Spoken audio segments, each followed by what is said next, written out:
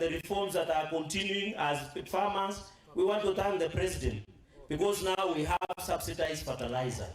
We have so many things to be grateful to the government. Even the tea reforms ambaye tulifanya hapa Kericho, tunataka tuharakishe ndio tupate ile guarantee minimum returns, ndio wakulima wa majani chai wapate haki yao, wapate bei nzuri ya bonus, na tuende mbele ndio Mungu aweze kutusaidia. Na sisi tuko nyuma ya serikali ya Rais William Ruto, tutamsaidia.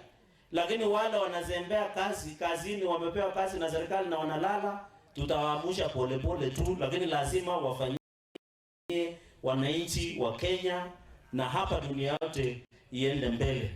I saw yesterday former Prime Minister's interview at one of the TV stations that he's saying that he wants to lead again, anataka kufanya maandamano tena mwaka kesho 2024.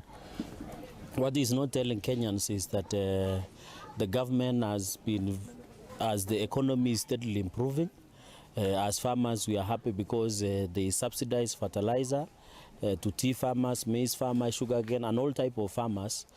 So atuoni kwa nini anasema anataka kuitisha maandamano, lakini tunataka tumuulize kama anataka kuitisha maandamano asingoje hata ifike mwaka kesho, aanze kesho, kwa sababu wananchi wako na imani na serikali ya Dr. William Ruto.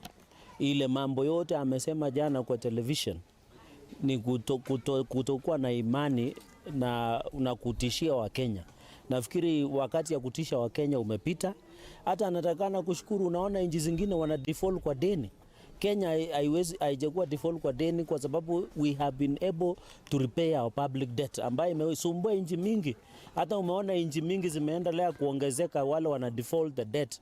And therefore tunafikiri ile mambo anasema ya kusema anataka kuitisha maandamano ni vile sasa ameonyesha kuwa yeye anataka kuja kuharibu biashara, kuharibu maisha ya watoto wetu wanaporudi shule.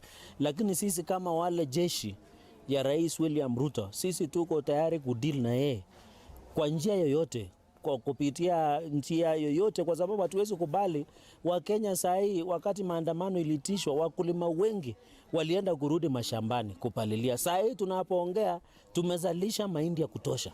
Tunapoongea mafactory ya majani chai sahi wamesema wamepata tea leaves mingi sana.